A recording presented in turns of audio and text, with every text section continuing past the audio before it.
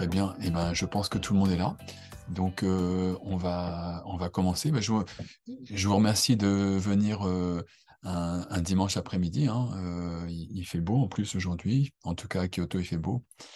Euh, je vais essayer d'être un peu concis et de laisser la parole. Donc, je vais présenter de manière la plus concise possible. Et si vous avez des questions, n'hésitez pas dès le début à poser des questions parce que ce sera plus vivant comme ça, je pense.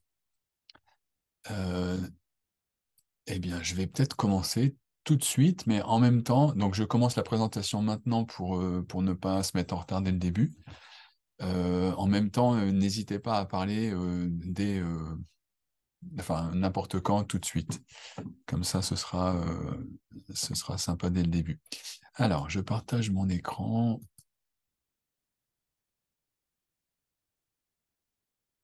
Voilà. Alors, je m'appelle Bruno Vagneux. Bruno Vagneux-Venuyse, en fait, c'est un nom hollandais qui veut dire de la nouvelle maison.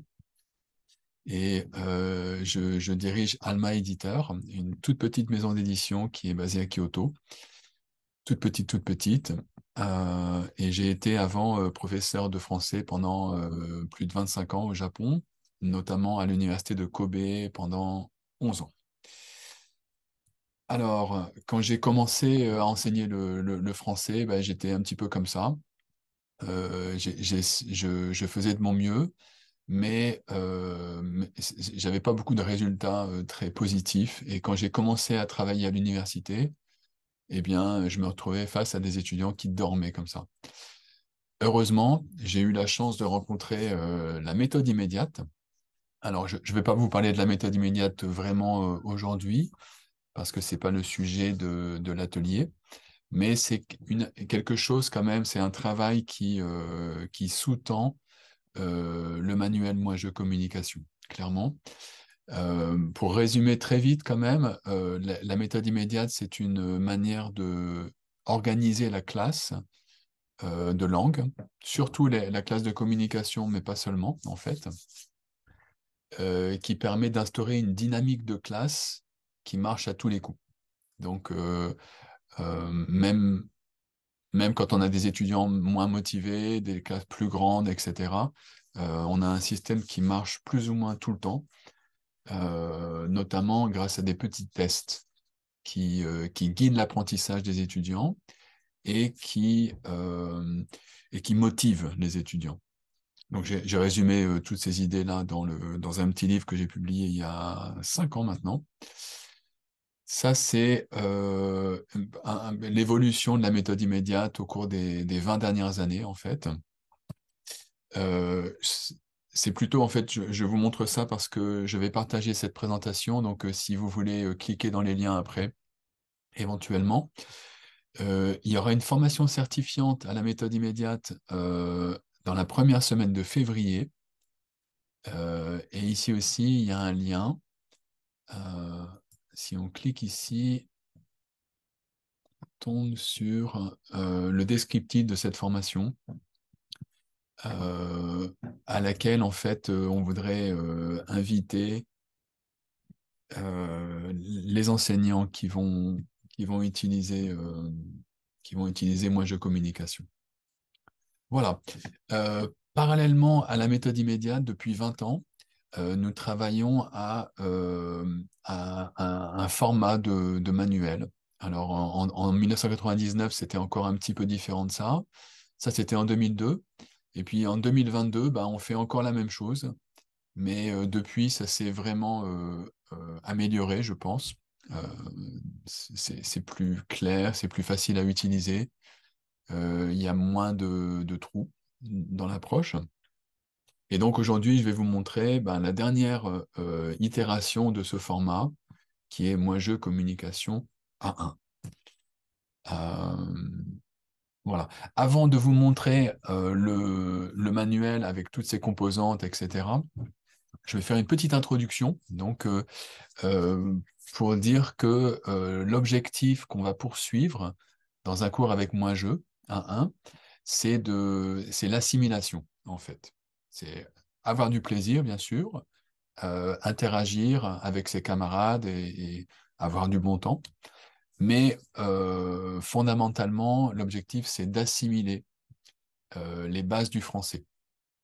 Et qu'est-ce que ça veut dire assimiler? Bah, dans un cours de communication, on pourrait dire que ça peut vouloir dire de savoir employer ce qu'on a appris dans une perspective d'expression.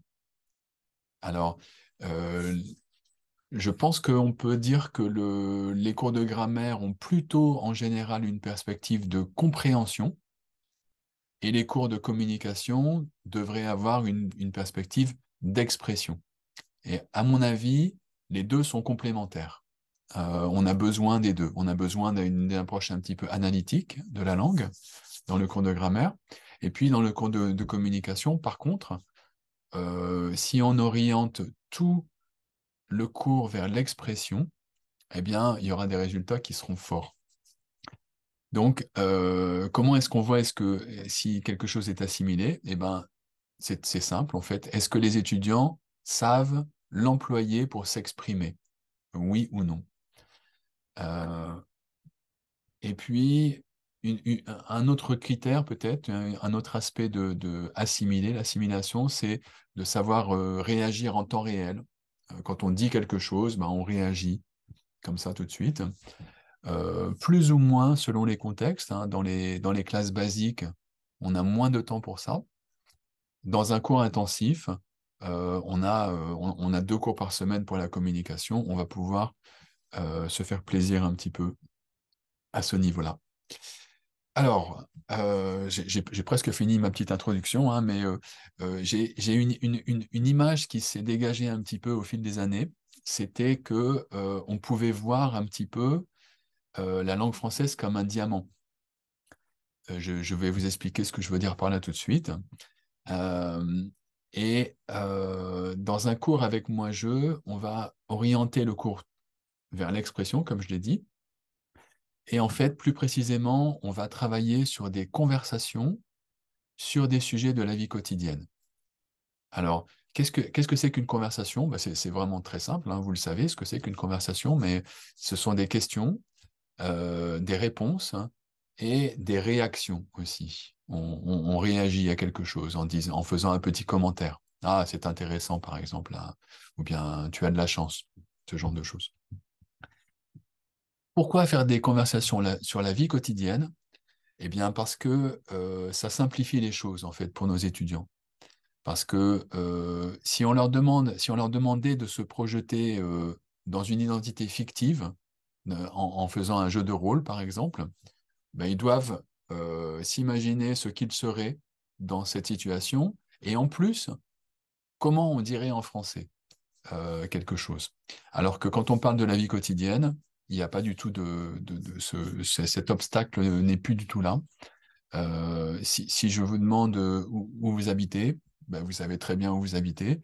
Si je vous demande qui fait le ménage chez vous, vous le savez. Donc vous n'avez plus qu'à vous concentrer sur comment dire en français des choses et non pas le contenu. Voilà. Et enfin, qu'est-ce que c'est qu'un bon sujet de conversation? Eh ben, c'est un sujet de conversation sur lequel tous les étudiants ont quelque chose à dire. Par exemple, si on parle des petits boulots, le thème des Albaïto, eh ben, vous aurez peut-être la moitié de la classe qui travaille, qui a un petit boulot, et l'autre moitié qui ne travaille pas. Alors, il faut savoir intégrer les deux. Et ceux qui travaillent, on leur demande bah, ce qu'ils font comme travail, comment ça se passe. Ceux qui ne travaillent pas, ben, on leur demande est-ce qu'ils aimeraient travailler? Si oui, dans quel genre de travail ils aimeraient bien faire, par exemple.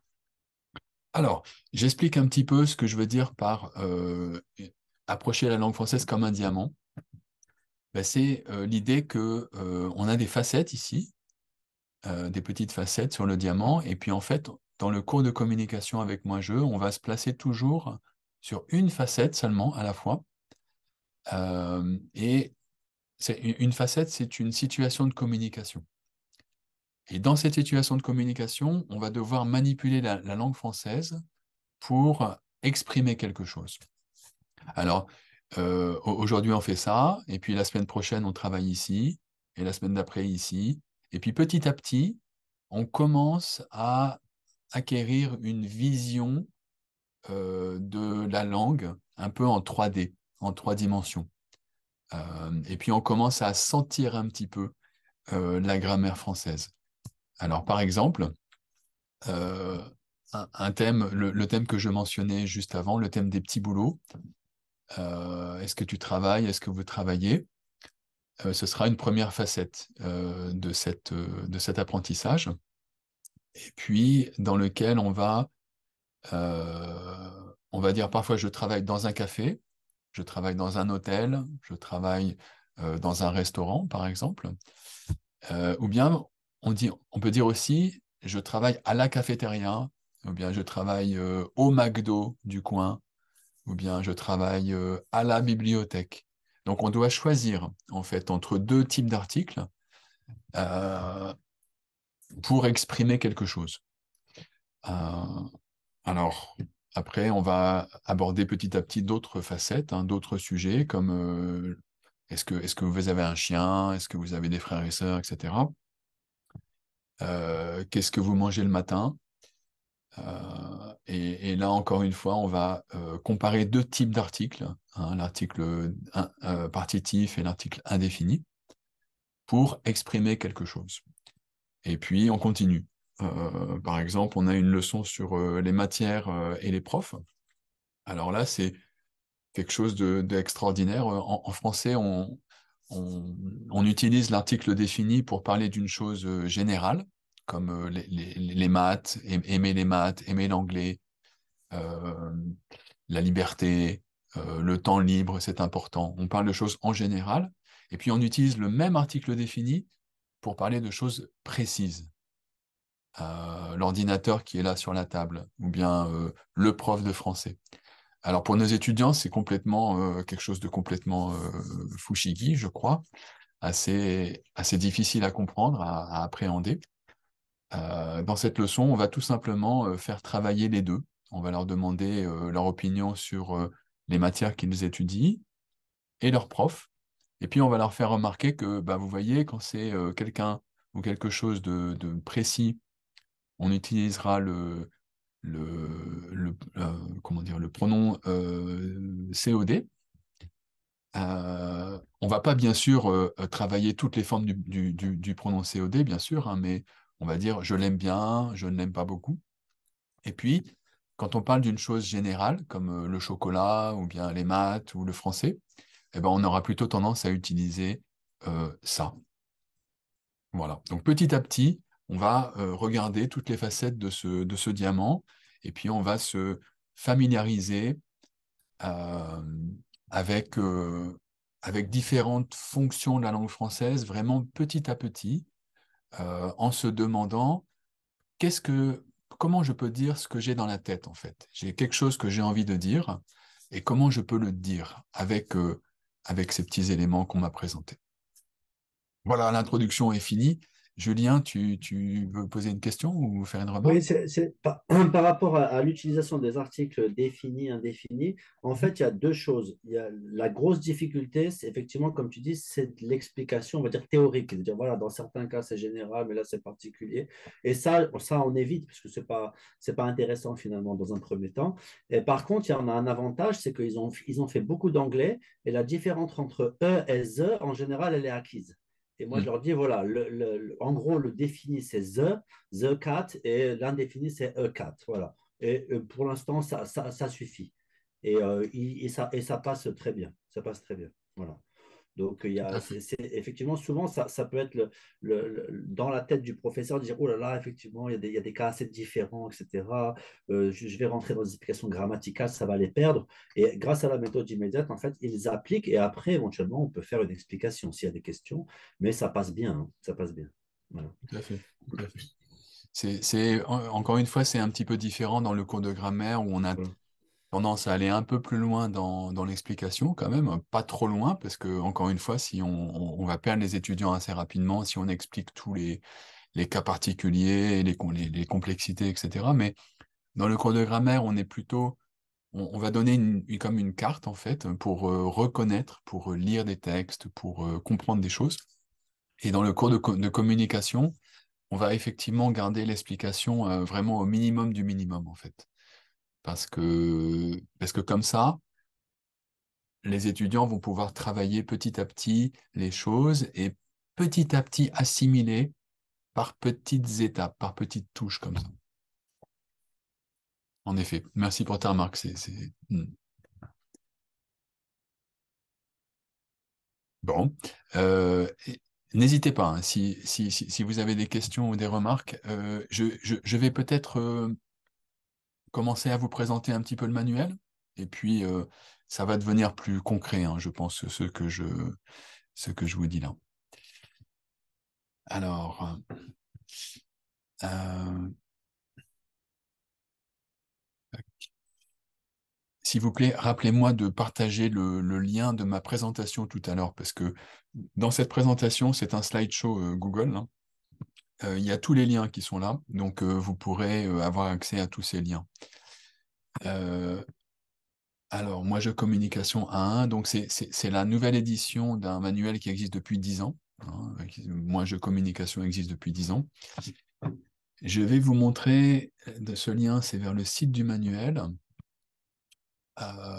Alors, une des différences avec la version actuelle, c'est que nous allons construire un site qui présente toutes les ressources pour les étudiants. Alors, il est encore un petit peu en construction, donc c'est pas tout à fait le site final, hein, ça. Mais il y aura toutes les ressources pour les étudiants et puis toutes les ressources pour les professeurs. On va mettre ça en français, hein, étudiants, enseignants. Il y a un petit menu ici et vous pourrez accéder à partir de cette page avec un mot de passe unique à toutes les ressources dont vous avez besoin pour faire votre cours, en fait.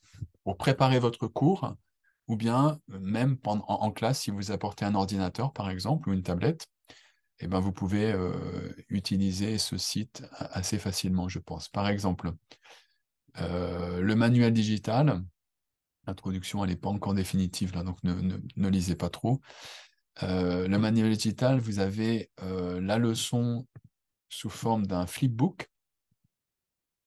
Un flipbook, c'est-à-dire comme un petit livre électronique, quoi. Donc, on peut soit tourner les pages comme ça, soit aller directement avec des liens comme ça. Euh, on veut voir les exercices, on veut voir la fiche récapitulative.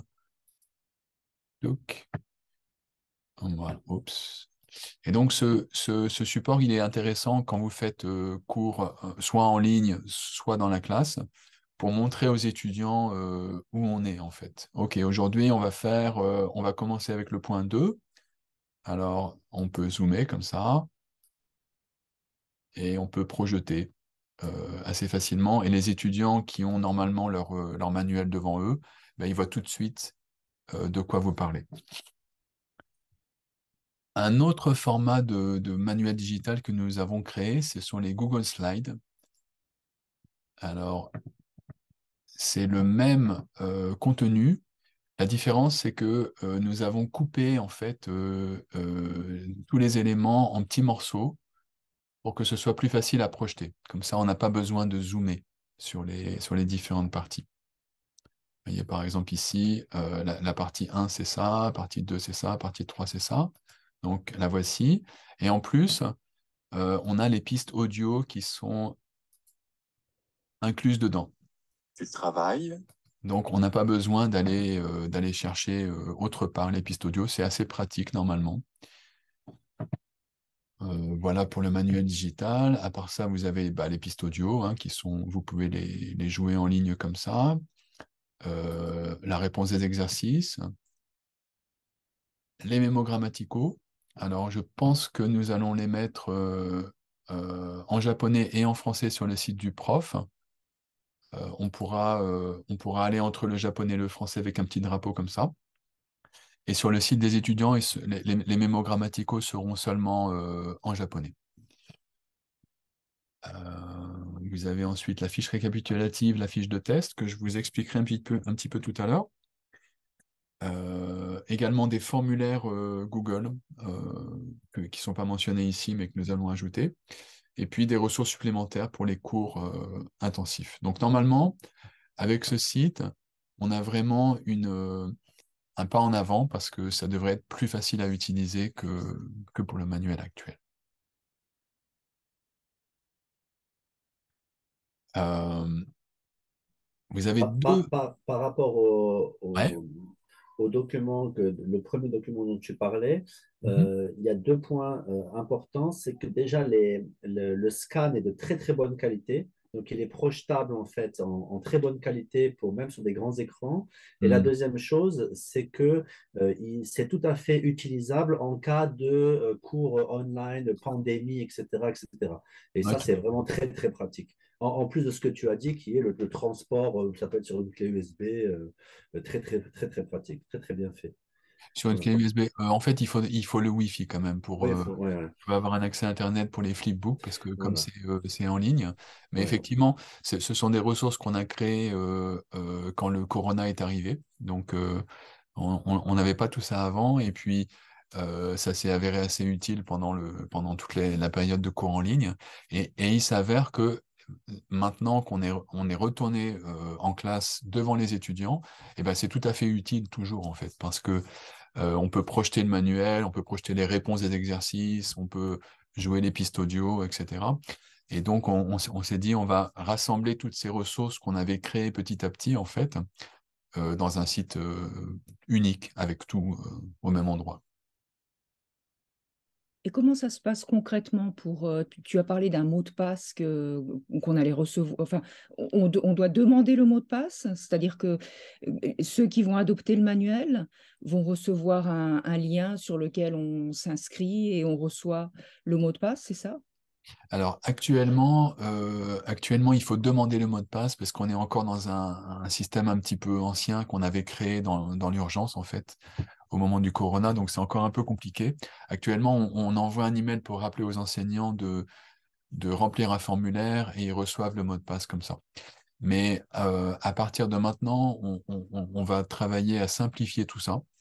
Donc pour les enseignants qui s'inscriront tout simplement auprès de nous, c'est nous qui allons les contacter 2 fois par an pour dire voilà le mot de passe. Donc ça devrait être vraiment vraiment très facile, quoi. Il suffira de s'inscrire, de déclarer, en fait, voilà, j'utilise le manuel, et nous, on se chargera de vous envoyer un mot de passe. Et en plus, ce sera un mot de passe unique cette fois-ci. Donc, une fois qu'on sera entré dans le site, on n'aura plus besoin de mettre un autre mot de passe pour le flipbook, etc., quoi. Ça va être...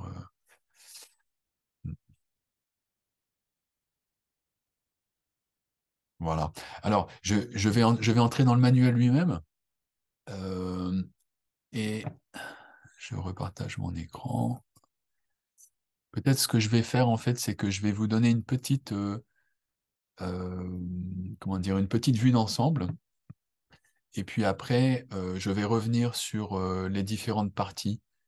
Et vraiment, n'hésitez pas à prendre la parole quand vous voulez. Alors, vous avez dans ce slideshow, vous avez un lien vers le fascicule de présentation en français, puis la même chose en japonais. Alors, si on clique ici, on arrive sur un autre flipbook qui est le fascicule, tout simplement, qui se présente comme ça. Alors, vous voyez qu'il y a...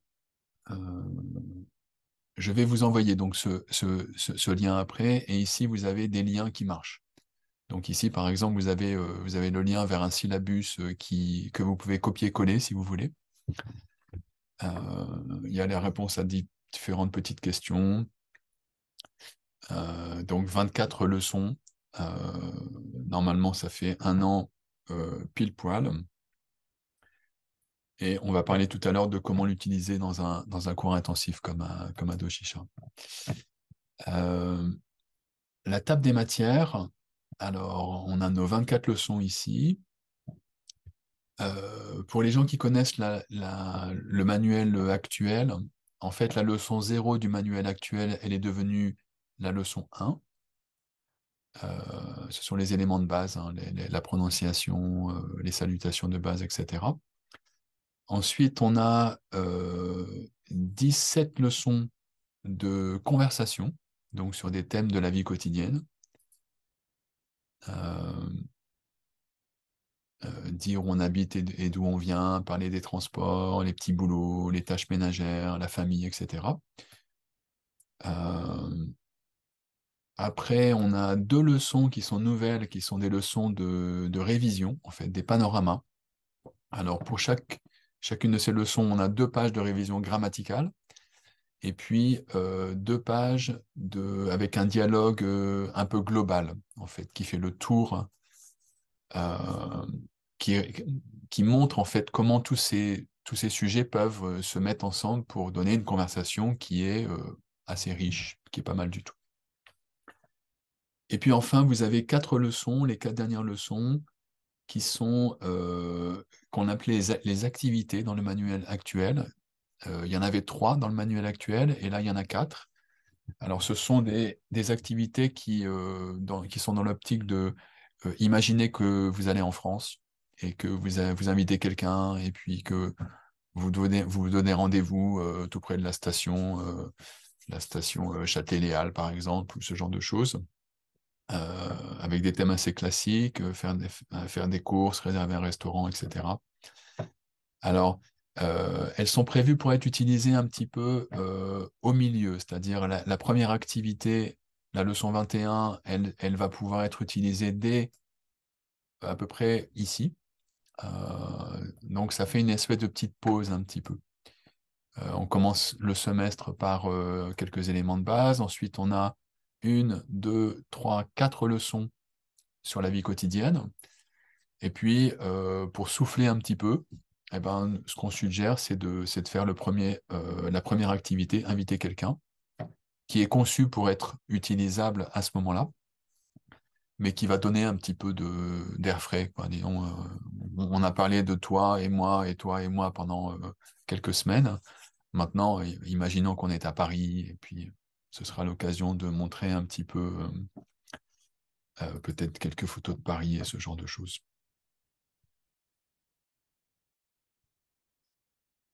Est-ce que vous avez des questions sur l'organisation générale du livre?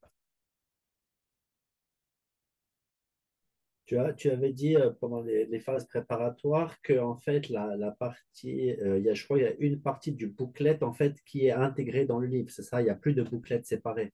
C'est Tout, ça, tout est intégré. Ça aussi, c'est un point positif, quoi. tout à fait. Parce Tout que à des fois, ils oubliaient leur booklet, ils perdaient un truc. Bon, ça, c'est un très bon point, quoi. Tout à fait. Donc, pour ceux qui connaissent pas le manuel actuel, en fait, effectivement, moi, Jeux Communication, il se présente actuellement euh, sous la forme d'un manuel comme ça, plus un livret. Donc, il fallait avoir les deux, en fait, en classe. C'était pas très pratique. Et puis, en plus, on voyait pas tout à fait complètement clairement l'évolution de la leçon, en fait, la logique de la leçon, que j'espère on voit mieux. Et d'ailleurs, je vais vous montrer tout de suite, là, d'abord, je vais commencer par une vision globale de la logique de la leçon. Euh, alors, je partage mon écran à nouveau. Voilà.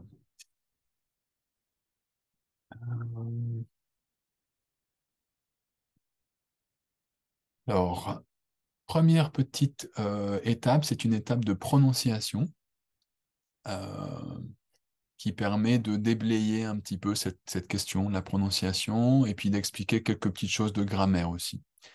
Comme ça, quand on va entrer dans le point 1 et dans le point 2, on aura déjà vu un petit peu, on aura déjà fait quelques petites explications de grammaire. Ça permet d'aller un peu plus vite.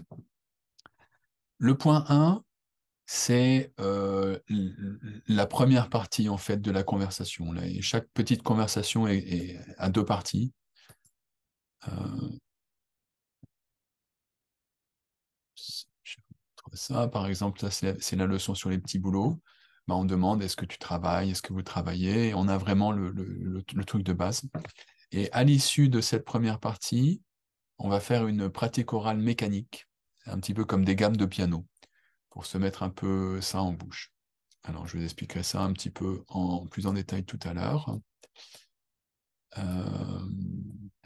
Le point 2, c'est la deuxième partie de la mini-conversation. Donc, par exemple, quand on parle euh, de, de petits boulots, eh ben, on a envie de dire aussi j'aimerais travailler pour les gens qui ne travaillent pas. Puis on a envie de dire aussi, on a envie aussi de faire un petit commentaire. Par exemple, c'est intéressant, c'est bien payé, ça doit être difficile, ça doit être intéressant, etc. Et à l'issue de ce point, de ce deuxième point, eh ben, on va faire quelques petites phrases de traduction très simples. C'est expliqué un petit peu ici, c'est l'optique de l'ego. C'est juste pour vérifier qu'on a compris, en fait. Alors, suite à ça, on a une phase d'enquête. Les étudiants vont aller parler avec leurs camarades et puis écrire les réponses de leurs camarades. Et c'est très très simple, hein. C'est une mini-conversation vraiment très très simple, mais ils vont avoir le plaisir de la communication quand même effective en français. C'est-à-dire qu'ils vont apprendre à tu travailles, ah bon, et qu'est-ce que tu fais comme travail? C'est de la vraie communication. C'est super simple, mais c'est de la vraie communication. Après, on va faire un petit exercice d'écoute. Alors, cet exercice d'écoute, il est très très simple. Il peut se faire en quelques minutes parce que les mots manquants sont vraiment très très basiques. Et en fait, il sert un petit peu comme exercice d'écoute. Il sert aussi comme une espèce de modèle de une conversation simple mais naturelle. Et donc, ça sert un petit peu de préparation pour la dernière phase du cours, qui est de demander aux étudiants d'écrire un petit dialogue personnalisé à leur vie. Donc, ils se mettent par deux et puis ils écrivent un petit dialogue en français sur. Alors là, c'est pas le même thème en fait, mais c'est pas le même thème, mais enfin, la logique, c'est ça. Ils vont écrire leur nom et puis ils vont personnaliser un petit peu un petit dialogue que après ils vont pouvoir peut-être jouer à l'oral devant leurs camarades. Peut-être ou peut-être pas, ça dépend si on a le temps. Mais ce qui est vraiment intéressant, c'est que pendant cette activité, on a vraiment une intégration de toutes ces petites étapes qui se sont passées avant. Là, on a fait un peu de pratique orale, on a fait un peu de traduction, on a fait un petit peu une enquête, on a fait un petit exercice d'écoute. Et puis, à la fin, ça va se cristalliser dans cette activité d'écriture de dialogue qui est vraiment très sympa, qui est coopérative, qui est active, créative même, et voilà, et qui clôture le cours un petit peu. Et après, on peut donner, il y a une page d'exercice à la fin du manuel qu'on peut donner comme exercice, comme devoir. Et puis, il y a une fiche récapitulative qui donne un petit peu tout le contenu de la leçon et qu'on va pouvoir utiliser pour faire des petits tests, notamment. Voilà. Alors, c'était pour la vision un petit peu générale de comment une leçon est composée. Euh, je peux peut-être entrer dans la première partie et puis ensuite, ouais, vous réagissez s'il vous plaît. Alors, on va donner un petit exemple avec. Est-ce qu'on fait celle-là? Pourquoi pas. Non, en fait, je vais vous montrer plutôt la leçon 4, la leçon 5.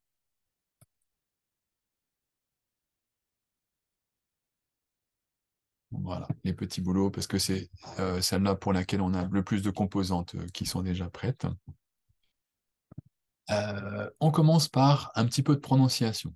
Je crois Alors, qu'on voit, on voit. T'as pas partagé l'écran, il me semble. j'ai pas partagé l'écran, Non, on effectivement. voit rien. Merci, merci, merci. Voilà.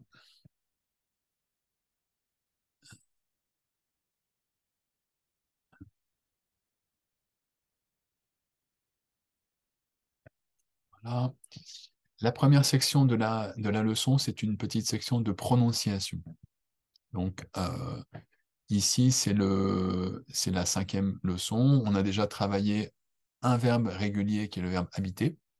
Et là, on va faire travailler. On va étudier le verbe enfin, on va utiliser le verbe travailler, disons. Et puis, on a quelque chose qu'on peut mettre en exergue aussi, c'est les liaisons, les enchaînements. Il y en a pas mal dans cette leçon. Alors, cette section, en fait, elle a diminué par rapport à ce qu'il y a dans le manuel actuel, mais en même temps, elle a un petit peu augmenté parce que il y a pas seulement ça, il y a aussi un petit diaporama. Euh, Oups. Un petit diaporama qui se trouve. Alors ici, vous voyez, il y aura un lien vers le diaporama de prononciation. Et dans le diaporama de prononciation, on a une première slide avec le contenu du manuel, et puis d'autres slides qui permettent de faire travailler la prononciation assez rapidement. Hein. Moi, je pense qu'on peut passer 10 minutes peut-être sur cette section. Et toujours avec des pistes audio qui sont intégrées. Alors, on choisit hein, à quel point on veut expliquer, mais par exemple, ça, ce genre de choses, c'est bien de l'expliquer au début de la leçon, peut-être, parce que j'aimerais travailler, je ne veux pas travailler, bon, c'est pas si facile.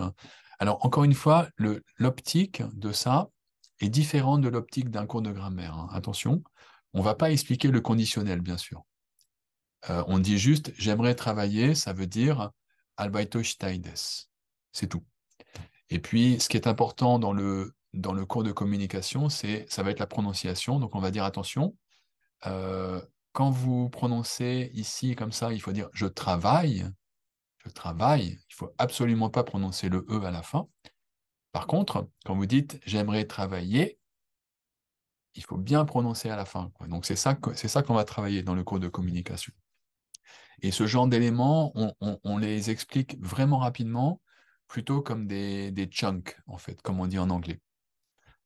Euh, voilà. Donc ça, dans un cours de base, on va traiter ça en 10 minutes, je crois, parce que plus de 10 minutes, les étudiants s'endorment, en fait. Donc attention. Et même si on peut faire en moins de 10 minutes, c'est encore mieux.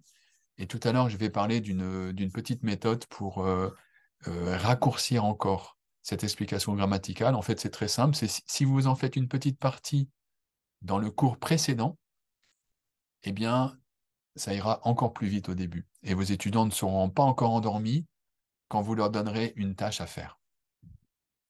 Voilà. À la fin de ce slideshow, vous avez un lien qui mène vers un deuxième slideshow. Alors, c'est la prononciation pour aller plus loin. Justement pour les cours intensifs, par exemple. Ça, je ne recommande pas aux gens qui ont des classes basiques de l'utiliser parce que c'est trop long. Il ne faut pas passer trop de temps sur la prononciation, à mon avis. Mais ici, vous avez en fait une activité qui est interactive. Donc, que vous pouvez faire faire à vos étudiants en classe si vous choisissez d'aller un peu plus loin dans la prononciation.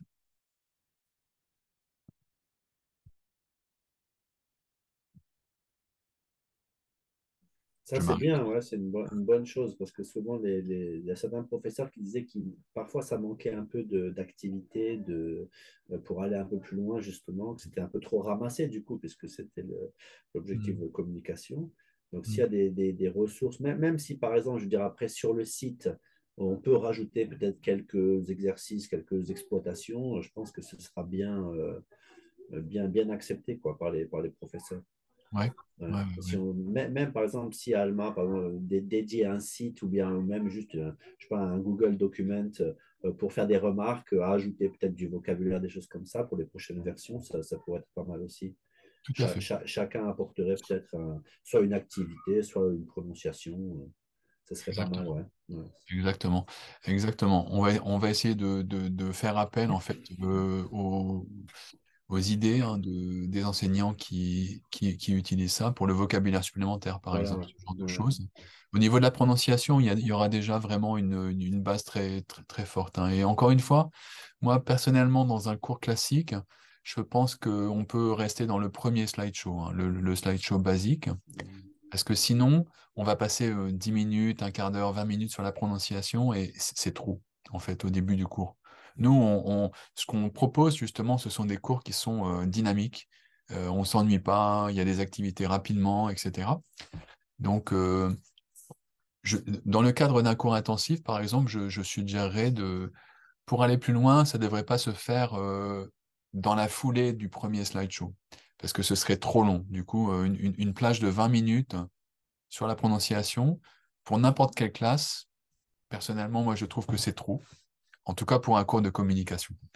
Donc, ce que je pourrais suggérer, c'est de faire la première introduction comme dans les classes normales au premier cours. Et puis, si on a encore du temps au deuxième cours, eh ben, pourquoi pas aller un peu plus loin, quoi. Voilà. Alors, je poursuis avec la deuxième partie. Donc, alors, où en étais-je? J'en étais ici. Après la prononciation, on est dans le point 1. Alors, le point 1, c'est très simple, c'est la première partie de la conversation. On peut faire répéter les phrases comme ça. C'est pas la peine d'expliquer ce que ça veut dire parce que c'est écrit, donc les étudiants le voient tout de suite.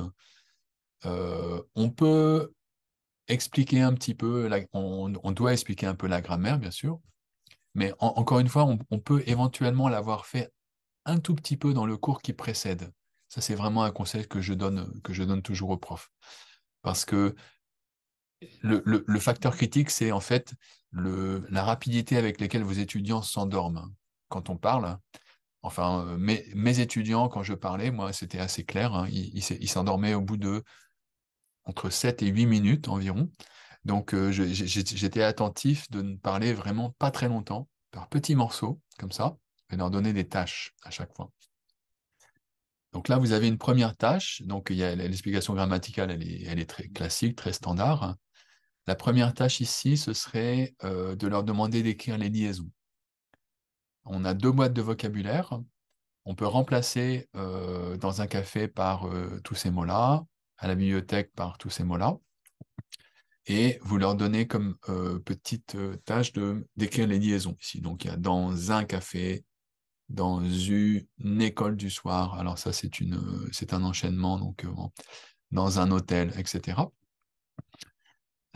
Et puis, après, ce qui va se passer, c'est que vous allez leur demander de faire une pratique orale mécanique. Alors, il y a qui pratique à deux, mais moi, je dis toujours pratique orale mécanique. C'est pas très sexy comme dénomination. Mécanique, ça me paraît un peu mécanique, mais en fait, il s'agit vraiment de faire ça. Il s'agit de leur demander de faire comme des gammes de piano. Je ne sais pas si vous avez il y a peut-être des enfants qui ont étudié le piano, ou si vous avez étudié le piano vous-même, hein, ou n'importe quel instrument de musique, en fait. Avant de jouer un morceau, bah, on doit faire des gammes. Hein, tan, tan, tan, tan, comme ça. C'est mécanique, c'est bête et méchant, mais c'est nécessaire. Alors là, ce qu'on leur demande, en fait, c'est de se mettre à deux et puis de faire ce dialogue en remplaçant les mots. Ça, on remplace par les mots de la boîte A, et ça par les mots de... Ah, il y a une petite erreur ici, on va corriger. Les mots de la boîte B, comme ça. Et de faire ça dans l'ordre. Vraiment dans l'ordre. Donc, c'est mécanique, c'est bête et méchant, et ça sert à quoi? Ben, ça sert en fait à se mettre un petit peu en bouche ces fonctionnements. Je vais vous montrer, il y a une petite vidéo dans ce flipbook qu'on peut éventuellement montrer aux étudiants d'ailleurs, qui montre deux étudiantes en train de faire ça. Une des étapes de la leçon est de faire travailler les structures du jour de manière mécanique, afin que les étudiants puissent se les mettre en bouche, qu'ils puissent commencer à les assimiler. Est-ce que tu as un chien?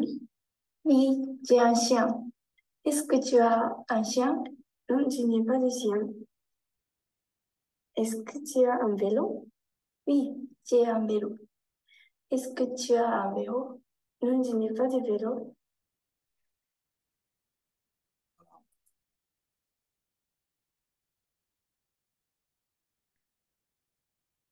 Voilà, donc tout ça, ça va vite, hein. Ça va peut-être même plus vite que le temps que j'ai passé pour l'expliquer.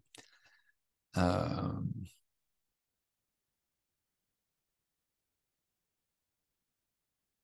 des questions?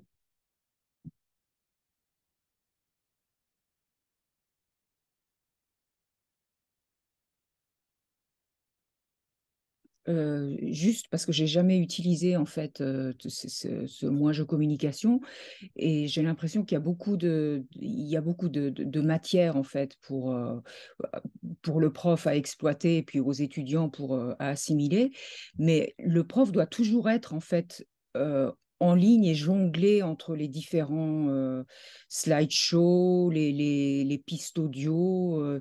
C'est ça qui m'effraie un petit peu. D'accord. Il faut être un petit peu multitâche. On n'est plus à l'époque où les étudiants ont leur manuel, le prof aussi a un manuel. Il faut jongler aussi avec un écran Ah non, non, non. projeté. Non, non, non. En fait, tout ça, ça marche très bien avec le manuel tout seul, hein. Euh, tout ça, ça se trouve dans le manuel imprimé comme ça. Donc, à la limite, on n'a pas besoin d'ordinateur, on n'a pas besoin de tout ce que je suis en train de vous montrer, hein. C'est en plus. Si on veut avoir le confort de projeter en même temps, etc. Mais ça marche tout à fait très bien avec le manuel tout simple et puis un tableau blanc. Pour les pistes audio, on peut faire. Moi, j'avais l'habitude de les lire moi-même parce que aller chercher des pistes, mais les deux sont possibles, je pense. Euh, ouais, voilà. Et alors, tu disais aussi que ça fait beaucoup de contenu à assimiler. Alors, effectivement, par rapport à beaucoup de manuels, on se dit, tiens, mais ça fait beaucoup de contenu un peu difficile, un peu vite. Dans une bibliothèque, je travaille dans une bibliothèque, je travaille à la bibliothèque, je travaille au McDo près d'ici, etc. Oh là là, ça fait beaucoup de. J'aimerais travailler dans une école du soir parce que c'est bien payé. On se dit, mais c'est la leçon 5 ça. C'est au bout de environ 6 classes à peu près. Mais la perspective est vraiment différente. C'est-à-dire qu'on n'a pas analysé dans le détail chaque élément de grammaire, etc. On a besoin d'aller assez rapidement dans le contenu parce que sinon, il n'y a pas de conversation en fait. Sinon, c'est ennuyeux. Sinon, on reste toujours à est-ce que tu es japonais? Non, oui, je suis japonais. Ah bon, moi aussi. Euh, euh, enfin, ça, c'est ce qu'on fait pendant la première conversation. Pendant la leçon 2, on dit effectivement, est-ce que tu es japonais? Oui, je suis japonais. Est-ce que tu es marié? Non, je ne suis pas marié. Est-ce que tu es en première année? Oui, je suis en première année. Et puis, assez rapidement, on va passer à d'autres choses. Donc, on est obligé, en fait, d'avoir une espèce de petite richesse assez rapidement. Mais comme on la présente comme sous forme de chunk, en fait, c'est pas trop analytique. Mais en fait, les étudiants, ils peuvent tout à fait absorber ça, quoi, je pense.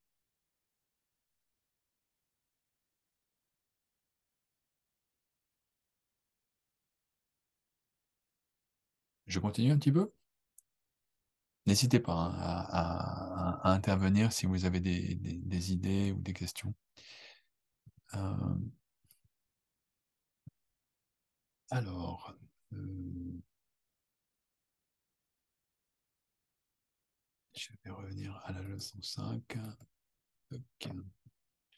Le point 2, vous voyez, bah, c'est ce que j'ai dit un peu tout à l'heure déjà. C'est la deuxième partie de la conversation, parce que d'une part, on est obligé d'inclure les étudiants qui ne travaillent pas. Hein. Il y a beaucoup d'étudiants de première année qui ne travaillent pas, en fait. Donc, si on n'a pas « j'aimerais travailler », eh ben, ces étudiants sont exclus de la conversation tout de suite. Est-ce que vous travaillez? Non, je ne travaille pas. Bon, ben, c'est fini. Oh bah zut alors. Donc, on donne « j'aimerais travailler », c'est facile. Euh, j'aimerais donner des cours particuliers, c'est pas difficile non plus, vraiment. Et puis, la deuxième partie, en fait, pour que ça fonctionne comme une conversation, ben, c'est un commentaire. Et le commentaire, c'est « plus adjectif ». Ce n'est pas. On a également « ça doit être ». Alors, ça doit être, encore une fois, il ne faut pas expliquer ça. Hein. C'est un chunk. Ça doit être. C'est un truc qu'on retient comme ça. Allez répéter. Ça doit être. Ça doit être. C'est bon. C'est fini. Ils ont compris. Ça doit être plus adjectif. Et ça c'est une bonne chose de l'avoir intégré plus tôt dans la leçon, parce qu'avant, en fait, il apparaissait dans la dernière partie qui était Ouais. le vocabulaire supplémentaire. Et Mhm. du coup, on était un petit peu obligé de l'introduire avant parce que ça nous arrangeait, en fait. Et ça, c'est plutôt une bonne chose aussi. C'est un avantage parce que Ah, des fois, ça merci. arrivait un petit peu tard. Par exemple, tu as de la chance. Le plus tôt est le mieux, finalement, puisque on Tout à peut. fait. J'habite près de l'université, j'habite près d'ici, tu as de la chance, hop, leçon 3 c'est bon. Et ça, c'est pareil, c'est automatique, il n'y a pas besoin d'expliquer. Voilà, l'acquis, et puis voilà, ça y est, tu as de la chance, c'est très bien. Tout à fait. Tout à Ouais. fait. Ah, merci pour ton commentaire. On a essayé effectivement, hein, c'est vraiment après avoir utilisé ce manuel pendant 10 ans en classe, hein, que petit à petit, on s'aperçoit, ah bah ça, ce serait mieux juste un peu avant, ça, ce serait mieux juste un petit peu après. Donc petit à petit, on améliore ces choses-là. Et effectivement, le challenge, c'est d'avoir assez de choses pour pouvoir avoir une conversation véritable, mais pas trop, pour pas que ce soit trop lourd, hein, donc pour pouvoir assimiler, effectivement. Et alors, après avoir expliqué ça, encore une fois, l'explication, elle est très, très rapide, hein, parce que idéalement, on a par exemple présenté cette grammaire, j'aimerais travailler, je ne veux pas travailler dans le cours précédent.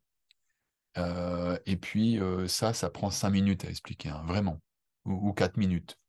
Euh, on fait répéter surtout. On dit, allez, on va répéter. Intéressant, bien payé, fatigant, fatigant, etc. Et puis, on demande aux étudiants de faire quelques petites phrases à traduire. Donc, ce sont des phrases hyper faciles. Euh, il n'y a vraiment aucune difficulté. Tous les éléments sont là, en fait. On leur a donné vraiment tous les éléments. Mais le fait d'écrire avec un stylo, ça permet de... Bah, d'abord, c'est actif. On leur dit, allez-y, écrivez. Donc, ils écrivent, hein, ils bougent leurs doigts, etc. Et puis, ça permet de vérifier tout simplement s'ils ont compris ou pas, quoi. Donc, on peut voir après, on passe dans les rangs, on dit, ah non, attention, c'est pas ça, vous avez mal compris, là, c'est comme ça. Et puis, vraiment, en quelques minutes, eux, ils ont vérifié qu'ils avaient bien compris. Et puis, le prof aussi, il a pu voir si les étudiants avaient bien compris ça.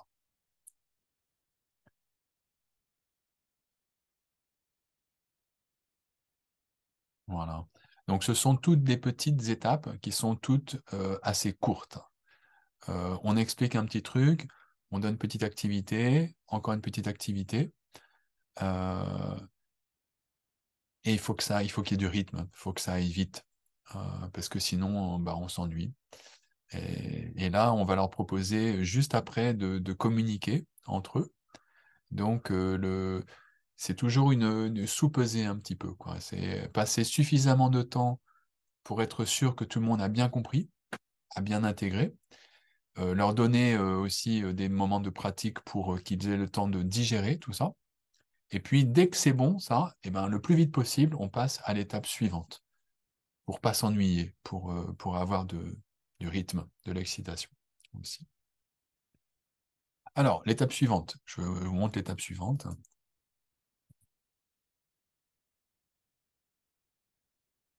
Vous voyez bien toujours la leçon, n'est-ce pas, hein, oui. Si je me trompe de partage ou si j'oublie de partager, dites-le moi, s'il vous plaît. Alors, ben, l'étape suivante, c'est une étape d'enquête.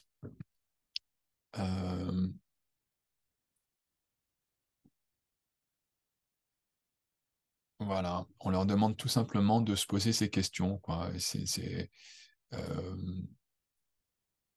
de dire est-ce que, oups, voilà, de demander à leurs camarades, donc ils vont aller voir plusieurs camarades, et puis ils vont leur demander si la personne travaille.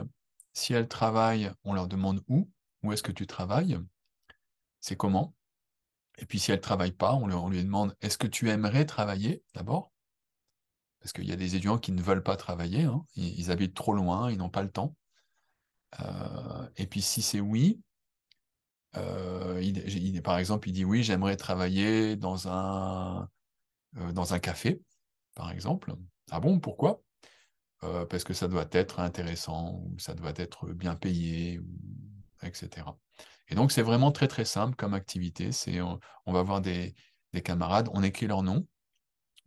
Bonjour, je m'appelle Ken, et toi? Moi, je m'appelle Saki. Et puis, selon ce qu'ils répondent, on écrit leur, euh, leur réponse ici.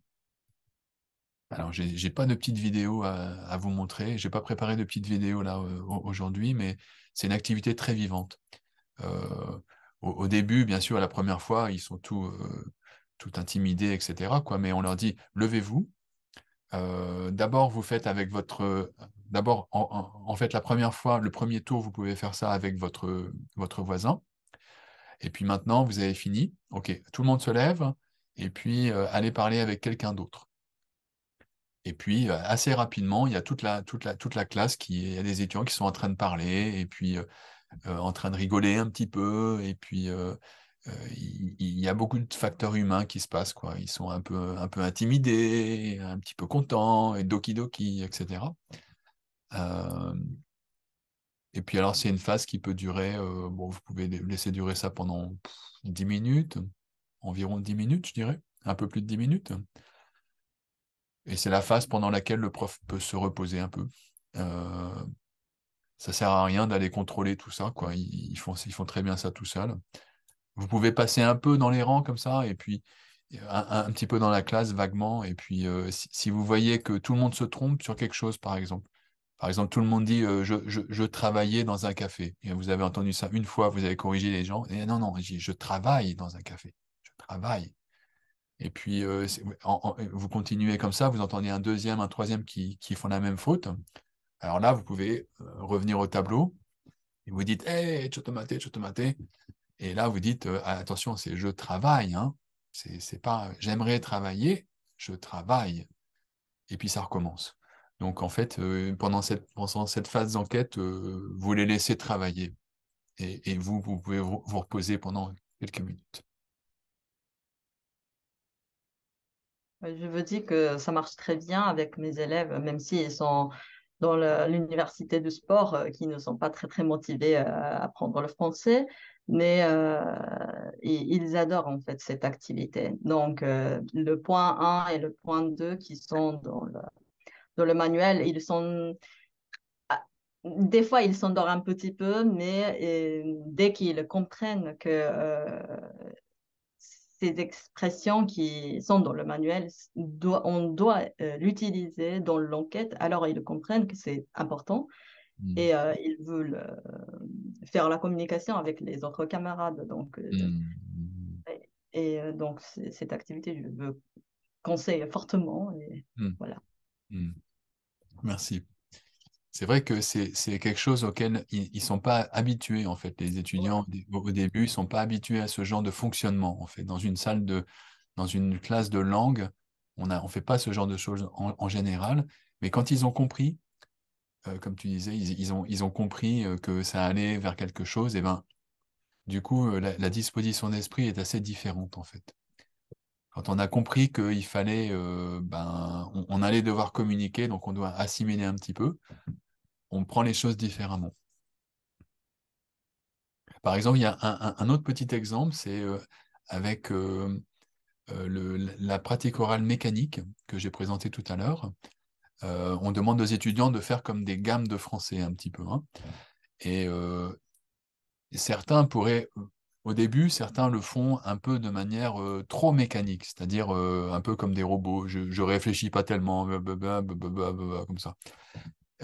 Et puis, alors, si vous constatez ça, en général, vous allez constater ça au début parce que ils n'ont pas l'habitude, en fait, de pratiquer quelque chose, comme par exemple si on dit fais des gammes sur ta guitare parce que juste après on va travailler un morceau, bah, c'est évident que faire les gammes ça sert à quelque chose. Donc on va travailler la guitare, quoi. Mais des étudiants, ils voient pas forcément au début à quoi ça va servir ce genre de choses.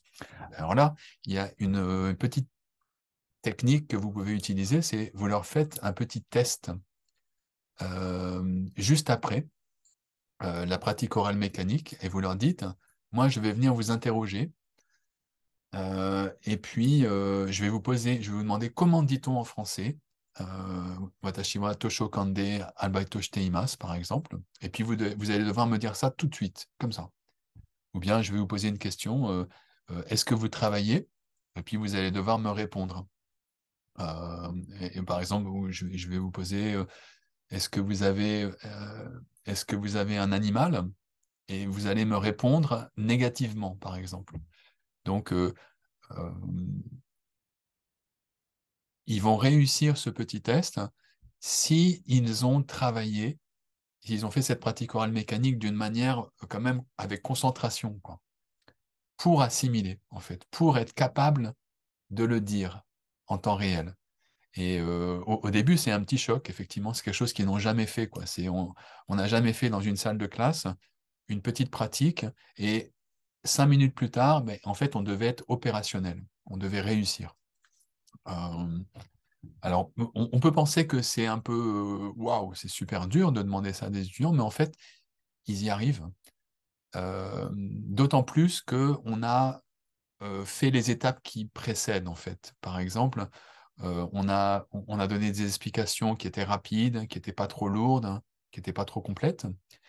Et puis aussi, comme je vais expliquer à la fin, c'est si on a demandé aux étudiants d'apprendre à l'avance un peu de vocabulaire pour la leçon suivante, eh ben, ils vont arriver, ils vont faire cette pratique orale mécanique beaucoup plus facilement, en fait. Donc, vous pouvez leur dire, tiens, je vais vous faire un test dans 5 minutes. Vous avez déjà fait une fois, là, hein? Est-ce que vous pensez que si je vous interrogeais maintenant, vous réussiriez à le dire? Bon, allez, je vous donne une deuxième chance. Vous allez faire une deuxième fois avec un autre partenaire, et dans 5 minutes, j'arrive. Et je vous teste. Je vais tester 3, 4 étudiants dans la classe, mais je ne vais pas vous dire qui à l'avance. Donc, il y a du suspense. Et si vous avez un système de fiches de notes que chaque étudiant garde devant lui avec son nom et ses informations, vous arrivez avec votre tampon, vous faites le test, et puis, pouf, vous mettez un tampon, c'est fini. Et là, il y a un suspense, il y a des récompenses, ça marche très très bien. Et ça marche d'autant mieux que si vous avez un micro sans fil et que vous vous baladez dans la classe avec votre micro comme ça, c'est quand même un peu comme à la télé, hein, les intervieweurs comme ça. Vous arrivez, bon, ok, alors comment dit-on en français Watashi wa coffee shop de albaito shite imasu. Toc.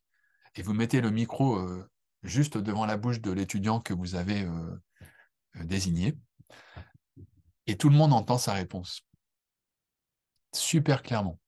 Donc, il y a un peu de doki-doki, un peu de pression, mais on s'aperçoit tout de suite, il y a le clic qui se passe, c'est que, ah bah, si je pratique sérieusement avec mon camarade pendant 5 minutes, je peux réussir. Il n'y a pas de problème. Donc, on pousse un peu avec le test, mais en même temps, c'est un petit test qui peut être réussi, en fait. Si on a travaillé correctement, eh ben on réussit à tous les coups le test. Donc finalement, on travaille. Et puis, il y a encore une petite étape, et puis encore une petite activité, une petite explication. Et puis finalement, bah, vous arrivez à faire travailler vos étudiants activement pendant toute la classe. C'est ça le... Moi, j'utilise cette activité un peu ça peut être aussi comme un échauffement. Donc, première fois avec le livre, deuxième fois plus vite, troisième fois sur le livre. Comme ça, on peut le faire jusqu'à 3 fois et après, c'est accéléré. Est-ce que tu as un chien? Oui, j'ai un chien. Non, je n'ai pas de chien. Et toi? Moi aussi, moi non plus. Hi, Tsugi. Est-ce que tu as un ordinateur? Je n'ai pas d'ordinateur, etc. Et pour ceux qui vraiment jouent le jeu, ils s'amusent bien. Ouais. Ils D'accord. s'amusent bien. Et puis, même ceux qui après, sans le livre, juste avec le mot de vocabulaire, par exemple, je sais pas, voiture, une voiture, paf, ils peuvent quand même le faire. Ils regardent et puis ils ferment. Et ça permet aussi de pouvoir réutiliser la même activité, un peu comme un échauffement, même pour s'échauffer la voix, et puis de travailler vraiment les patterns. Et ensuite, par contre, dans une deuxième exploitation, on aura, avec un peu plus de vocabulaire, c'est comment, pourquoi, avec qui, etc., quoi. D'accord. Donc, c'est une activité qui paraît de prime abord rébarbative, pas intéressante, répétitive, mais en fait qui est super importante et super efficace. Il ne faut Ouais. pas que le prof en fait se dise oh là là, ils vont s'ennuyer, répéter, et toi et moi je. En fait, pas du tout. C'est la structure. Plus on la fait, plus c'est un peu comme le forgeron qui forge. Plus on forge, plus on est bon, plus on va vite et plus c'est facile. Et Mhm. effectivement, après, tu peux en plus tester pour leur donner le petit stress. Mais en fait, c'est une activité qui n'est pas du tout stupide, Ouais. contrairement à ce qui pourrait paraître au départ.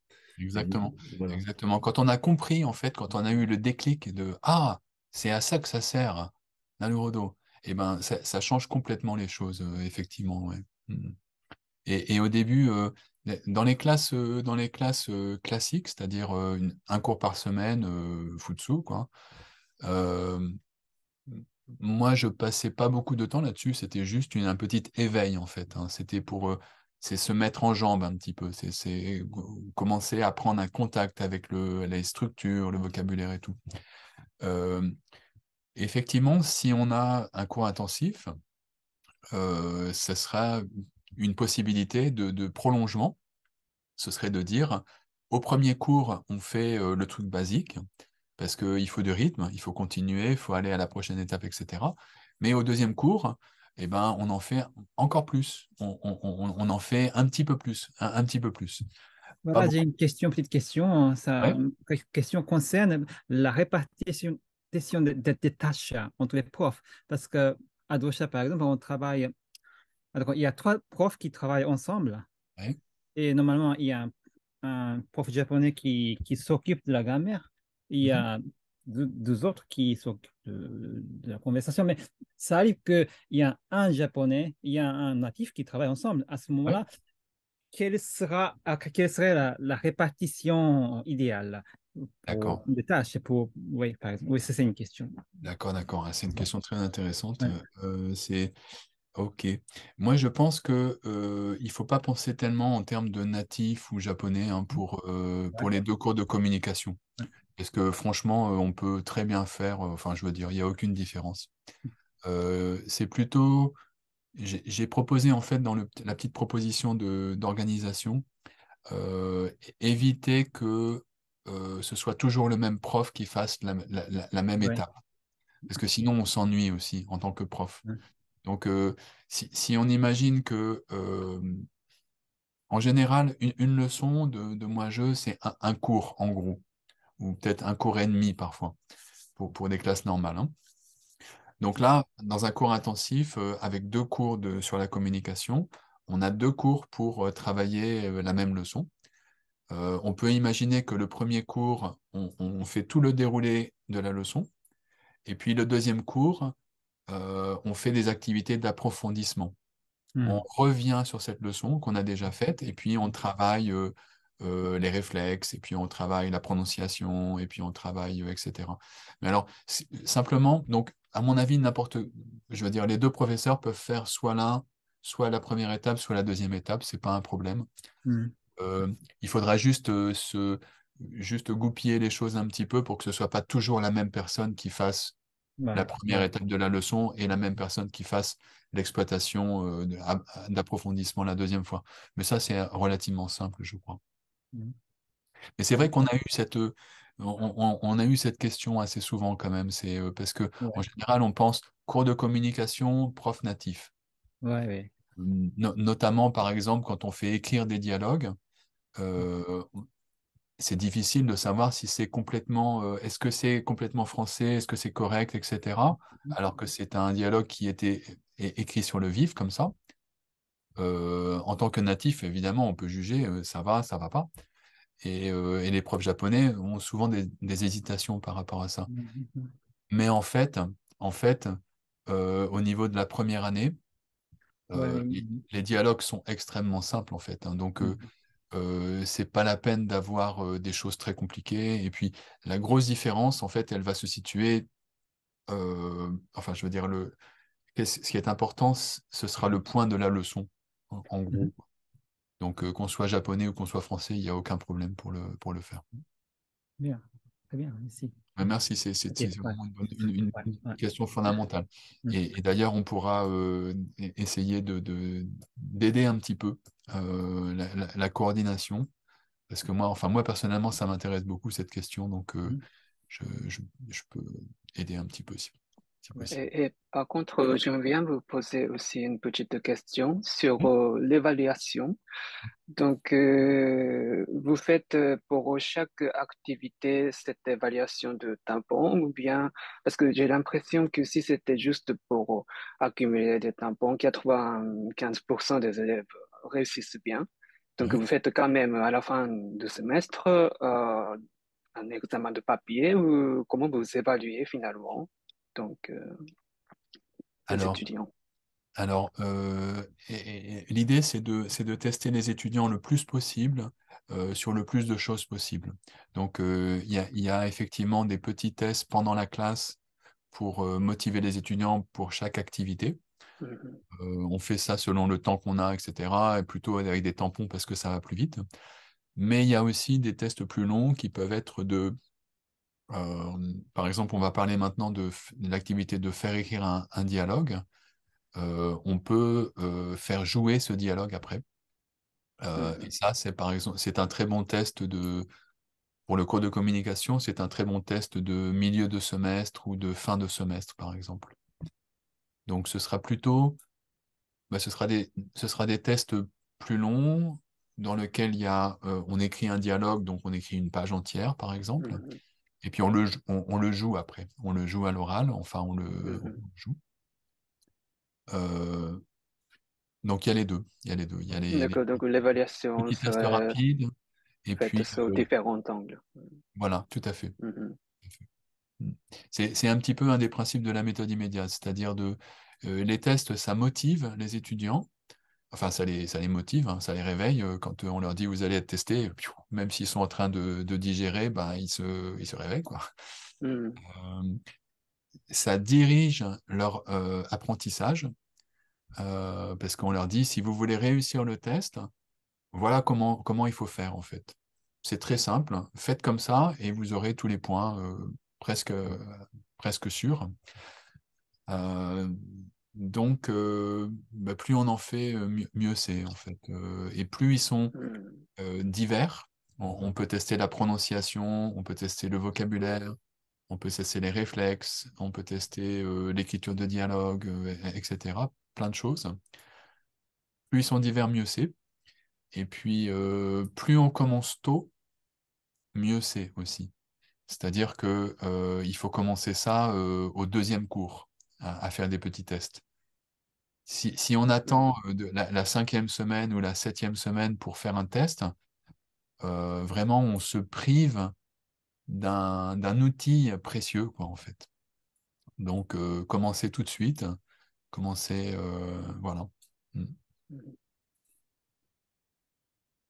Merci pour votre question. C'est une question fondamentale, l'évaluation.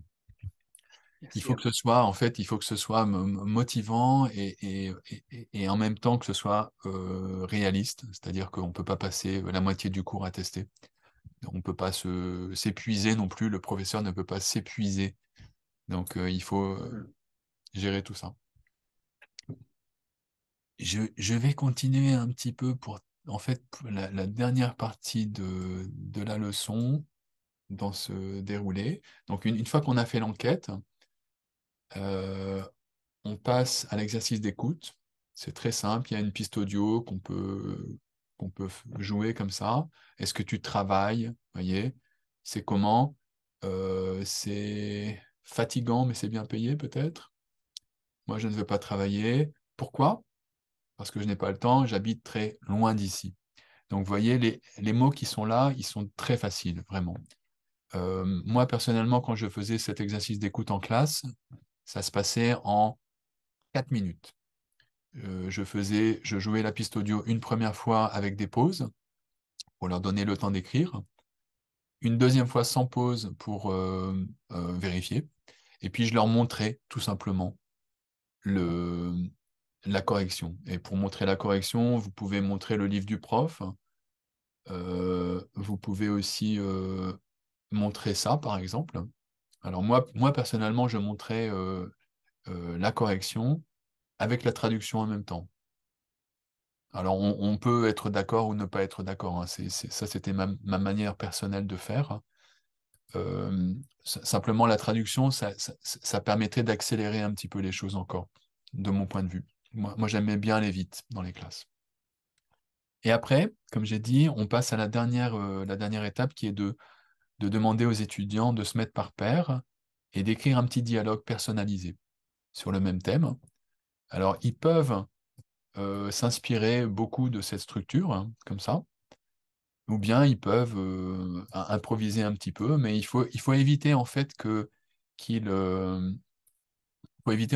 disent des choses trop qui partent dans tous les sens en fait. Il vaut mieux que ça reste basique. Il faut que ce soit réaliste, ça reflète vraiment leur vie personnelle, mais il faut que ça reste basique, parce que sinon, s'ils commencent à faire des phrases compliquées, il y a des fautes partout, ils sont encore très débutants, donc ils peuvent pas faire des phrases compliquées à ce stade-là, quoi. Et en plus, ça sert à rien. Ce qu'il faut pratiquer ici, c'est vraiment la différence entre la bibliothèque, un café. J'aimerais travailler. C'est intéressant. C'est des choses vraiment basiques, en fait, qu'il faut travailler à ce moment-là. Alors, cette activité, pour moi, c'était vraiment l'activité préférée de mes étudiants. Ils se mettent par paire. Alors, il faut absolument changer les paires, hein. Il ne faut pas les laisser travailler avec leurs voisins, ou bien, sauf si vous mettez les étudiants à des places différentes chaque semaine. Alors là, ça va. C'est pas eux qui ont choisi leurs voisins. Mais ben, moi, je conseille ça de toute façon. Je vous conseille d'avoir une petite méthode très simple pour décider vous-même où les étudiants vont s'inscrire, où les étudiants vont s'asseoir, pardon, chaque semaine. Comme ça, ils sont avec quelqu'un qu'ils ne connaissent pas, et puis il y a beaucoup de choses intéressantes qui se passent. Et du coup, les étudiants, bah, voilà, ils écrivent un dialogue ensemble. C'est assez rapide finalement. Quand ils ont pris l'habitude, ça va très vite. Il y a un peu de créativité, il y a de la coopération. Ils sont vraiment à la fois, ils s'amusent bien, mais ils sont concentrés. Ben, c'est magnifique, vraiment, c'est une activité super intéressante. Et après, si vous dites, vous allez devoir jouer cette conversation que vous avez écrite, eh ben, ils vont pratiquer à l'oral, en fait, cette conversation. Et là, vous avez différentes manières de le faire. La manière personnellement, ce que je préférais faire, c'était de leur faire écrire un dialogue en français et puis, en même temps, d'écrire la transcription en japonais de cette conversation. Donc, après, quand je leur dis, OK, jouez votre dialogue, ils ne peuvent pas regarder la version française, mais ils peuvent regarder la version japonaise. Et du coup, ils n'ont pas besoin de mémoriser le déroulement de la conversation qu'ils ont écrite. Ils peuvent se concentrer sur comment on dit ça en français. Et c'est super efficace, en fait. Le rapport entre l'énergie qui est dépensée et le résultat, il est vraiment excellent. Euh, voilà. Et encore une fois, vous pouvez utiliser le test pour bien faire comprendre ça, quoi, qu'il faut faire ça sérieusement. Donc, si vous dites, je vais tester 3 paires à la fin du cours, mais je ne vous dis pas lesquels, donc il y a du suspense. Tester 3 paires sur un dialogue préparé comme ça prend vraiment 1 minute par paire. C'est hyper rapide. Et, du coup, ben, ils travaillent sérieusement, quoi. Et puis après, au bout de 2, 3 cours, 4 cours, tout le monde a pris l'habitude de travailler sérieusement. Et à chaque fois qu'on fait une nouvelle activité, on le fait sérieusement. Et puis en fait, c'est marrant, c'est pas difficile, hein, c'est plutôt amusant. Et puis en fait aussi, ils s'aperçoivent que ben, ils font des progrès. Parce qu'ils ont compris, en fait. Ah bah oui, j'ai vraiment compris et je sais vraiment le dire. Oh là là, je viens de jouer une conversation pendant 1 minute en français. Oh, je suis surpris moi-même, en fait, je suis content. Donc, petit à petit, il y a une dynamique de classe qui se passe. Et normalement, ben, au bout de quelques semaines, ben, votre classe, elle tourne, elle marche bien. C'est sympa. Voilà. Je vais continuer sur juste la fin, les exercices et la fiche récapitulative, parce que justement, la fiche récapitulative surtout, c'est assez intéressant. Vous voyez ici qu'il y a un rappel sur une page d'exercice, donc il y aura une page d'exercice à la fin comme devoir, et puis il y a une fiche récapitulative qui se trouve sur le site. Alors,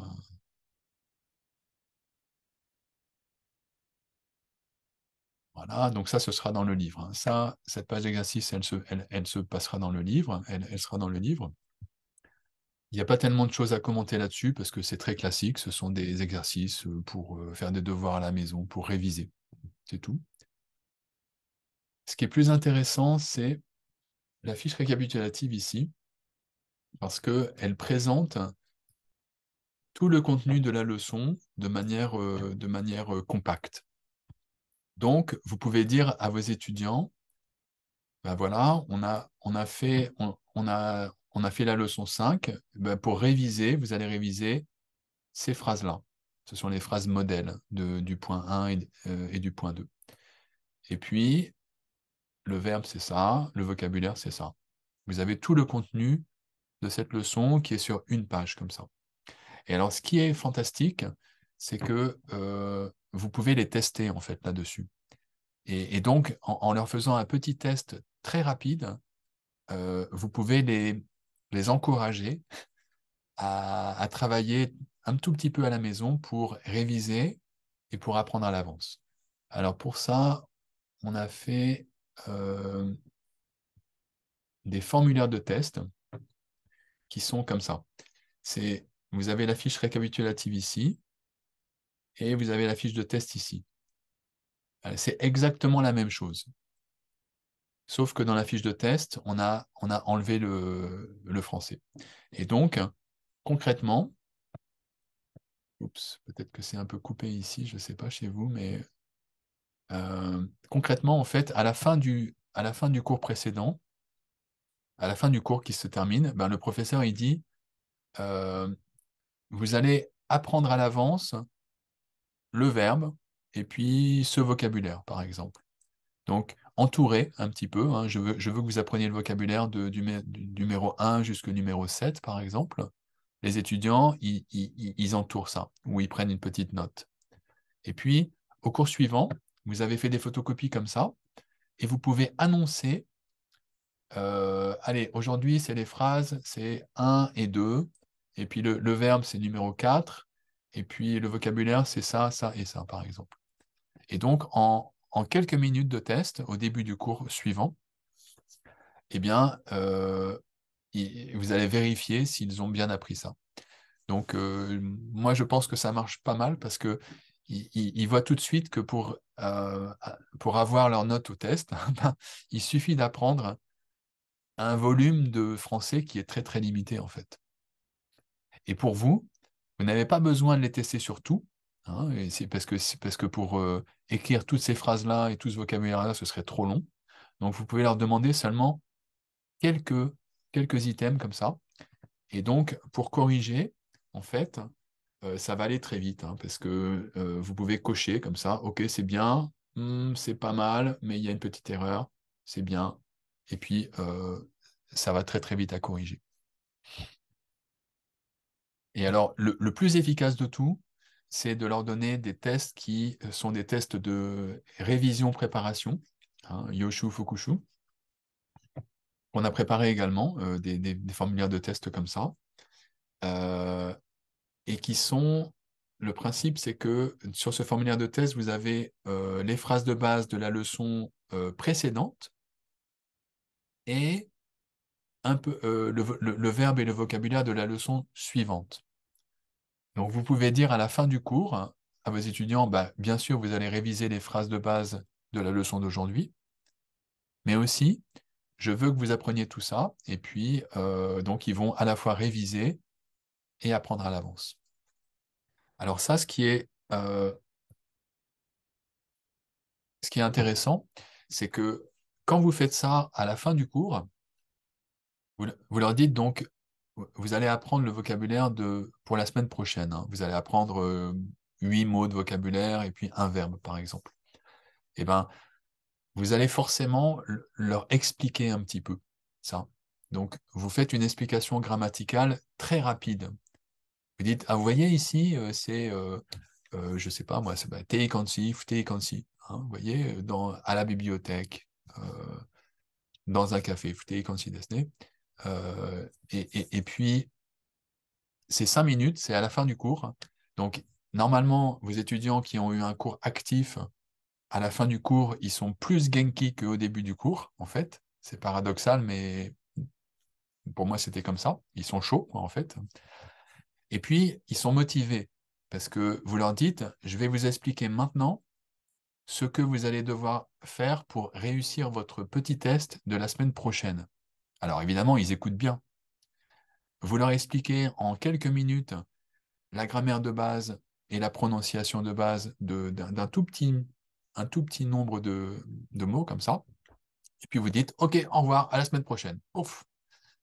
Et donc, la semaine prochaine, quand vous arrivez en classe, eh ben, en fait, vous allez reprendre cette explication, mais il y a déjà une petite graine qui est plantée dans le cerveau des étudiants, en fait.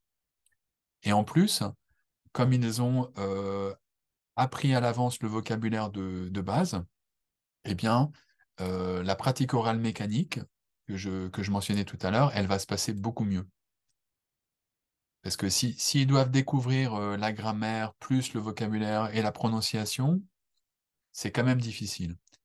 Alors que s'ils ont déjà une première vision de ce que ça veut dire et ils ont déjà un peu mémorisé, eh ben en fait, ils vont pouvoir faire la pratique orale mécanique beaucoup plus facilement et toute la leçon va se passer beaucoup mieux, en fait. Voilà.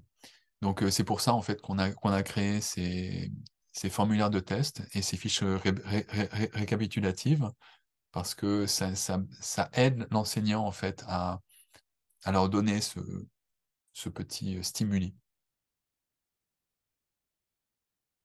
Voilà. Il y a d'autres manières de faire, hein, mais il y a des manières plus Tanoshi, des petits concours de vocabulaire, ou bien des dictées, ou des choses comme ça. Le formulaire, c'est très simple. Ça marche à tous les coups, ils comprennent tout de suite comment ça marche. Donc moi, je conseille aux gens qui commencent d'utiliser ces formulaires de test, parce que c'est plus facile, tout simplement, pour tout le monde. Le petit désavantage de ces formulaires, c'est que ça donne un petit peu de travail au professeur quand même. C'est-à-dire il faut noter les tests. Donc ça va très vite, mais ça prend du temps en dehors de la classe. Et a priori, nous, dans la méthode immédiate, on dit il faut travailler le moins possible, il faut travailler le plus efficacement possible, mais essayer d'éviter de travailler en dehors de la classe si possible. Bien sûr, on travaille tous en dehors de la classe un petit peu, hein, mais le moins possible.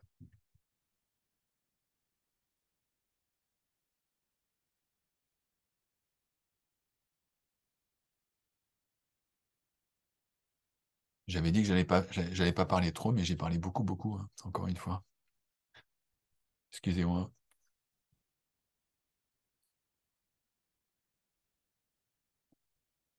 J'avais toute chose à rajouter. Je partage mon écran une dernière fois.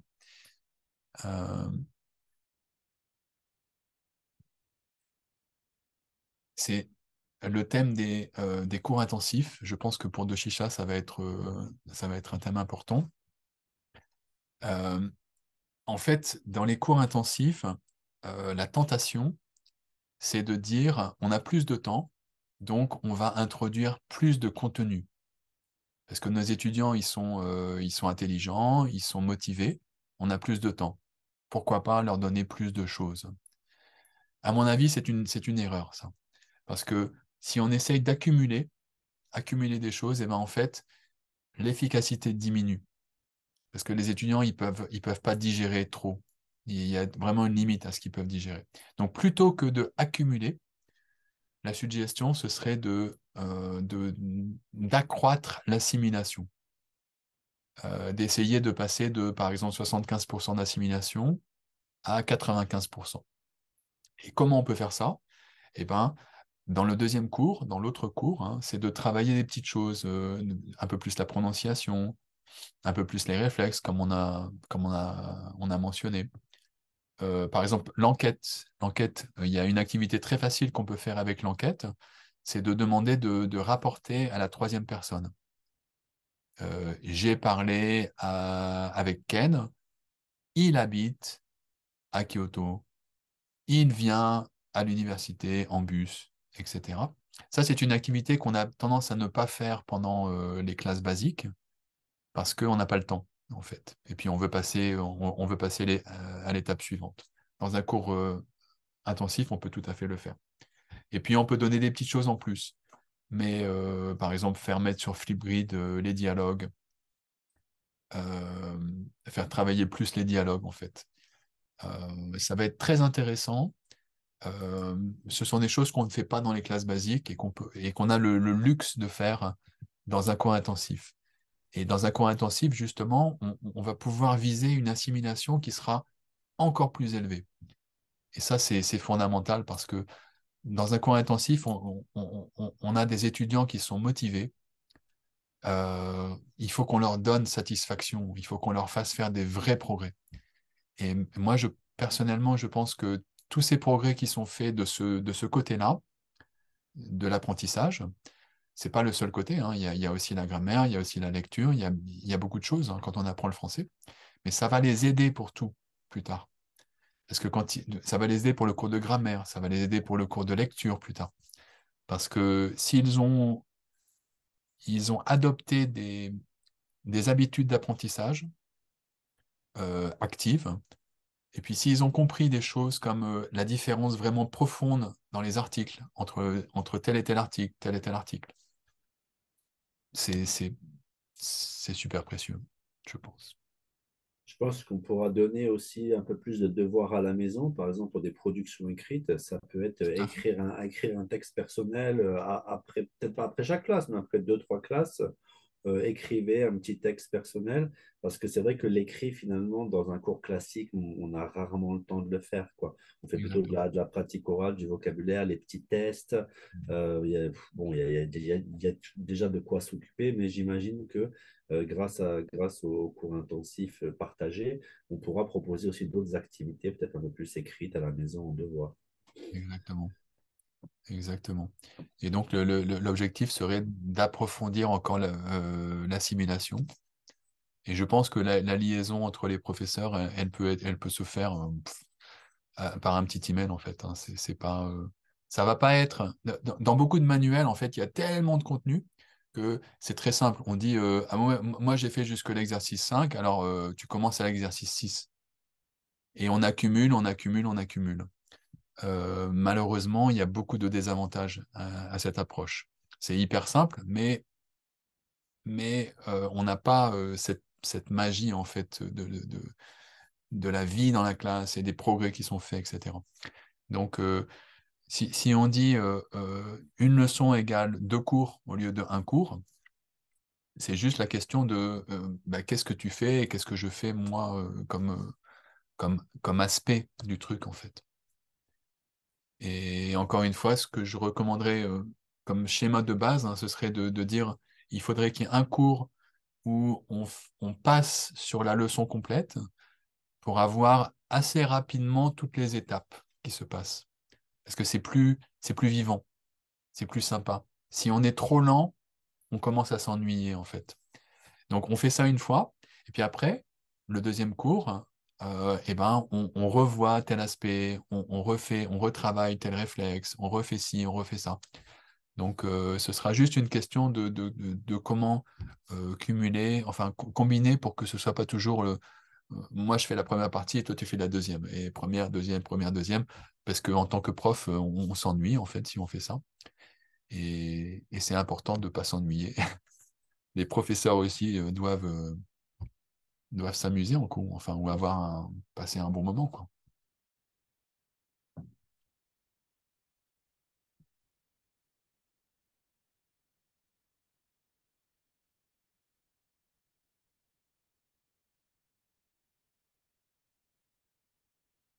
Je vous, je vous transmets dans le chat de Zoom le lien vers cette présentation, vers le slideshow que j'ai utilisé maintenant.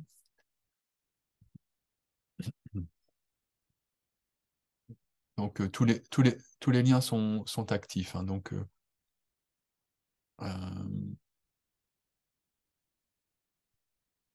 et je vous donne un deuxième lien.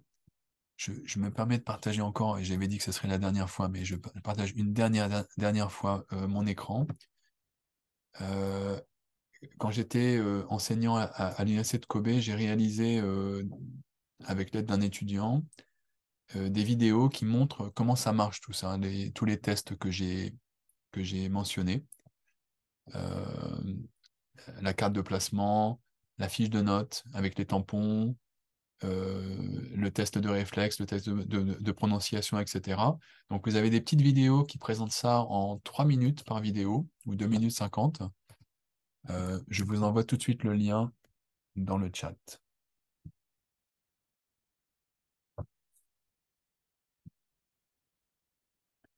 Voilà, j'ai déjà dépassé, on avait dit 1h30, il est 15h37, je ne veux pas abuser de votre temps. Est-ce qu'il y aurait une question ou un commentaire? Sinon, je vais vous laisser repartir, hein, parce que on est dimanche après-midi quand même. Oui, excusez-moi, j'ai une question. Oui, Et quand la publication aura-t-elle lieu en mars? En mars, oui, il y aura une version nouvelle. oui, oui, oui. Et c'est quand exactement vous avez déjà Alors, on les n'a pas de date dates? précise, mais ce sera vers le 15 mars, je dirais. Donc, c'est juste D'accord. avant la rentrée. Mais enfin, ce qui est sûr, c'est que les manuels seront imprimés. Ils seront notre distributeur. On a un distributeur Mhm. qui va les envoyer au coop ou bien aux librairies. Et on enverra aussi à tous les enseignants qui ont adopté le manuel un exemplaire chez eux. Je ne peux pas vous dire là juste le jour exact, mais ce sera vers la mi-mars. D'accord, merci. Et en fait, ce qu'on va faire, c'est que pour les professeurs qui veulent préparer leurs cours à l'avance, etc., c'est qu'on va partager les leçons petit à petit sous forme digitale, comme je l'ai fait maintenant. En fait, avec le slideshow que je vous ai envoyé par le chat de Zoom, là maintenant, si vous cliquez dans les liens, comme j'ai montré, là, vous avez déjà accès aux leçons 2, 3, 4, 5. Donc, il y a quatre leçons. Et très bientôt, il y en aura plus, donc qu'on va mettre sur le site du manuel. Donc, petit à petit, on va pouvoir se rendre compte vraiment du contenu des leçons. En tout cas, ne vous inquiétez pas, et le manuel sera prêt pour la rentrée, ça c'est sûr et certain. D'accord, merci. Merci beaucoup. Merci à vous. Mm.